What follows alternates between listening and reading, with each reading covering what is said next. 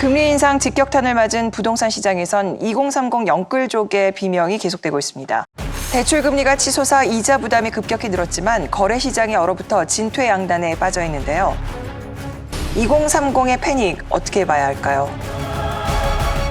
작년, 재작년 이럴 때만 해도 정기예금 금리가 1점 몇 %였거든요. 근데 지금은 뭐 대출 금리 8%가 되니까 영끌에서 부동산 산 분들이 정말 어려워하고 있죠. 사실은 부동산 가격은 문재인 정부 내내 문제가 되고 하락되는 것이 맞습니다. 사실 문재인 정부 때 제가 집을 팔았는데요. 그때 대통령께서 청와대에서 고위공직자들 집 두 채 있으면 팔으려고 그래가지고 집 판 사람이 딱 두 사람 있는데 윤석열 대통령하고 저하고 딱 둘입니다. 근데 윤석열 대통령은 두 채 중에 한 채만 파셨고 저는 둘 다 팔았는데 그 이후로도 엄청 부동산이 올랐죠. 그래서 정상화되는 것은 맞지만 사실은 막판에 이제 정말 젊은 분들은 이때 집을 안 사면은 평생 못 산다. 특히 서울에는 못 산다고 생각해서 완전히 모든 것을 가족들 돈까지 해서 가져갔는데 이게 지금 대출 금리가 높아지니까 이러지도 저러지도 못하게 돼 있고 이 부동산 가격이 떨어질 때는 말하자면 시가에 팔기도 어렵습니다. 매매 자체가 없기 때문에. 그래서 이거를 어떻게든지 좀 받아줄 수 있는 장치를 만들어줘야 되지 않나. 이 이자 부담, 그것 때문에 이제 집을 토해낸다. 뭐 그런 얘기들이 있는데 그것도 이제 지금 부동산 시장의 한 축이지만 지금 이 정부가 들어선 이후에 처음에 제가 이건 아니다 싶었던 것 중에 하나가 이 정부 들어와서 부동산 시장이 안정화됐다. 폭등한 집값과 전셋값을 안정시켰습니다. 국민들의 주거 불안이 없도록 수요 공급을 왜곡시키는 각종 규제를 합리화하고 공급을 막아온 규제들도 정상화했습니다. 지금은 안정화가 아니라 꺼지는 거죠. 꺼지는 거. 이거는 정부가 뭘 해서가 아니라 그냥 꺼져가고 있어요.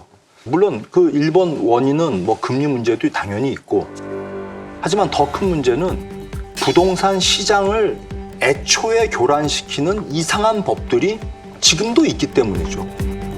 대표적인 게 임대차 3법이라든지 지금 이런 와중에 정리를 해야 됩니다. 근데 손 놓고 있거든요. 지금 안 팔리고 있다. 그거 금리 탓만 할 게 아니고 영끌 쪽들 뭐 그거 얘기만 할 게 아니라 이런 상황에서 그러면 정부는 무엇을 하고 미리 어떤 것들을 대비할 건가? 지금 해놔야지 우리가 뭔가 다음 언제까지나 이렇게 갈 수는 없는 거 아닙니까? 근데 진짜 2030 세대들이 영끌족들이 지금 만약에 집을 내놓는 상황이 생긴다. 뭐 살 사람이 있을지도 살 사람 다행히 있으면 다행이기는 한데 그럼 2030들의 이 패닉은 어떻게 하면 됩니까? 이 사람들 뭐 신용불량자 되고 막 이러는 거 아니에요? 네, 그게 이제 말하자면은 이런 게 이제 사실 정부가 어떨 때 개입을 해야 되느냐 하는 그건 굉장히 이제 중요한 이슈잖아요. 너 이것저것 함부로 들어서도 안 되고 그런데 정부가 개입하는 것이 정당화되는 케이스가 몇 개가 있죠. 이제 하나가 이제 너무나 저기 비참한 사람들, 이런 사람들 그 하기 위해서 무조건 도와주는 뭐 이런 것부터 시작해서 지금 현재의 영끌족의 이 비유는 완전히 정부가 창조한 비극이거든요. 전 정부에. 그거는 순전한 정책 실패로 인해서 시민이 막대한 피해를 입었기 때문에 이거는 어떤 입법 조치로 이 사람들을 위해서 예를 들어서 급하게 팔아야 될 집을 갖다가 정부가 사준다든지 그럼 정부는 그거 해가지고 렌트 세 주고 그래가지고 그걸 또 관리할 수 있잖아요. 주택공사라든지 이런 걸 해서 그런 특별 기구를 만들어서 관리하게 한다든지 하는 이걸 위해서는 여야가 어떤 합의해서 어떤 입법하는 것도 한번 생각해 볼 필요가 있지 않을까 싶습니다.